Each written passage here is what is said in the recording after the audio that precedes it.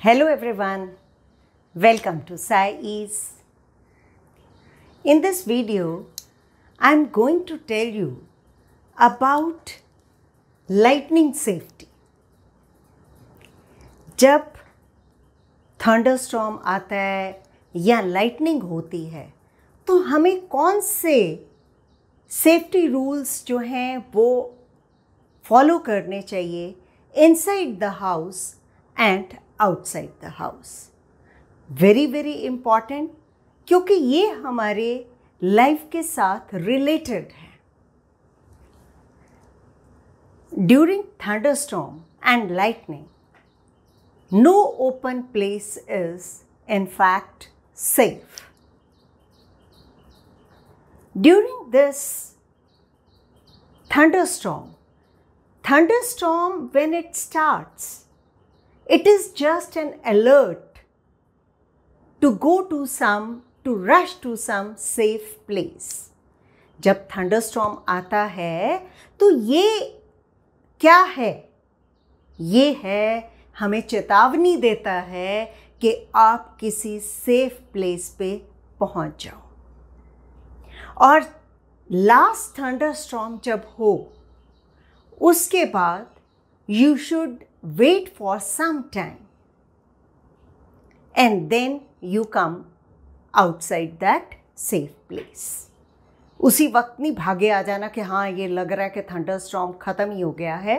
जब लास्ट होता है उसके बाद थोड़ी देर बीतने दो, वहीं पे रहो और फिर बाहर निकलो. मैंने वैसे आपको बताया कि no open place that is safe during the thunderstorm and lightning.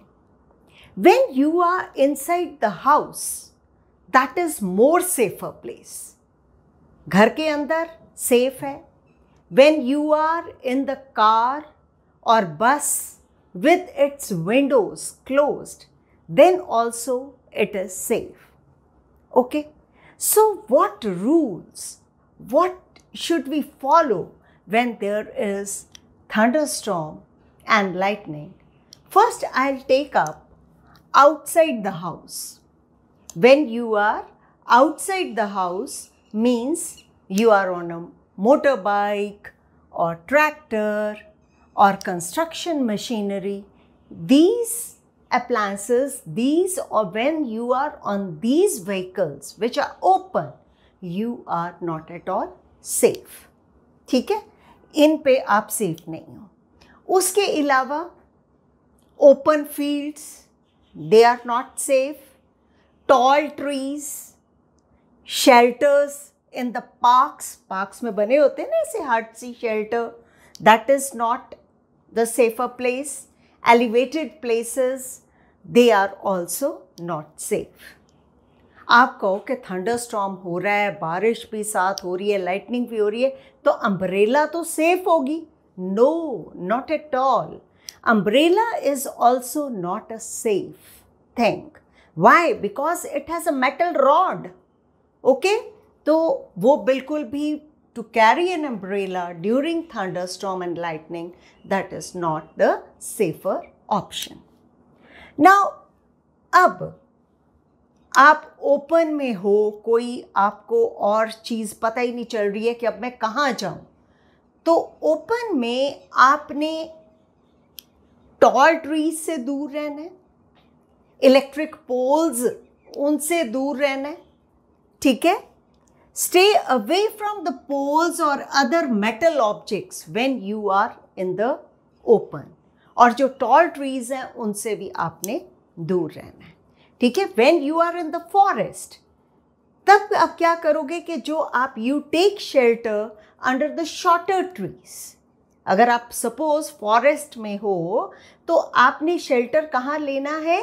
shorter जो trees हैं उनके नीचे. टॉल ट्रीज बिल्कुल भी सेफ नहीं है. ओके, देन अगर आप ओपन में हो और आपने लेटना नहीं है, don't lie down on the ground. आप कौन सी पोजीशन में बैठोगे? ठीक है, वो पोजीशन को हम बोलते हैं squat low on the ground. कैसे? कि पाँव आपके ऐसे नीचे ऐसे करके जैसे मुर्गा बनाते हैं तो आपको कहते हैं ना ऐसे आप बैठते हो, और उसके बाद आपने ऐसे करके अपनी आर्म को रखना है अपने घुटनों के ऊपर और अपने सिर को छुपा लेना है। ठीक है, ऐसे करके सिर को छुपा लेना है। समझ आ गया होगा। The picture is in your text book. वहाँ से आप देखो कि कौन सा ये जो किस पोस्चर में हम बिल्कुल सेफ हैं अगर हम ओपन में हैं। So I have told you the safety rules when we are outside the house. Okay? Now next is when we are inside the house. मैंने कहा कि inside the house we safe है, तो उस वक्त आपने क्या क्या चीज़ों की प्रिकॉशन लेनी है। ओके, एक तो है कि जितने टेलीफोन है, इलेक्ट्रिक वायर्स, मेटल पाइप्स, इन सब से दूर रहना है आपने। Okay, so lightning can strike telephone and electric wires and metal pipes. You can use mobile phones और cordless phones, और किसी दूसरे पर्सन को आपने लैंडलाइन जिसकी वायर है उस पर फ़ोन नहीं करना। वो उसके लिए भी डेंजरस हो सकता है, आपके लिए भी डेंजरस हो सकता है। Okay, so you can use cordless phones और the mobile phones. Second thing is bathing. That should be avoided during thunderstorm. जब thunderstorm आता है तो हमने नहाना नहीं है, bathing should be avoided. Okay? क्यों? क्योंकि water जो है वो good conductor है, और अगर आप उस वक्त running water के contact में आ रहे हो तो आपको harm होने वाला है। So bathing should be avoided during thunderstorms to avoid contact with the running water. उसके बाद जितने इलेक्ट्रिकल अप्लायंसेस हैं, जैसे टीवी है, कंप्यूटर है, कोई भी इलेक्ट्रिकल अप्लायंस है, उनको अनप्लग्ड कर दो, देन इट इज सेफ। उनको उनका प्लग निकाल दो। वॉशिंग मशीन, जो भी आपके इलेक्ट्रिकल अप्लायंसेस हैं उनका प्लग आपने निकाल देना है। ठीक है, तो ये तो हो गए क्या कि जब थंडरस्टॉर्म और लाइटनिंग होती है और आप घर से बाहर हैं तो कौन सी प्रिकॉशंस, और घर के अंदर हैं तो कौन सी प्रिकॉशंस लेनी है। Now another way, that is the lightning conductors. आप बोलोगे कि ये लाइटनिंग कंडक्टर्स क्या होते हैं? तो टॉल बिल्डिंग्स जो होती हैं, ओके, वहाँ पे एक डिवाइस यूज़ होती है कि ये बिल्डिंग्स को प्रोटेक्ट किया जाए। उसको क्या बोलते हैं?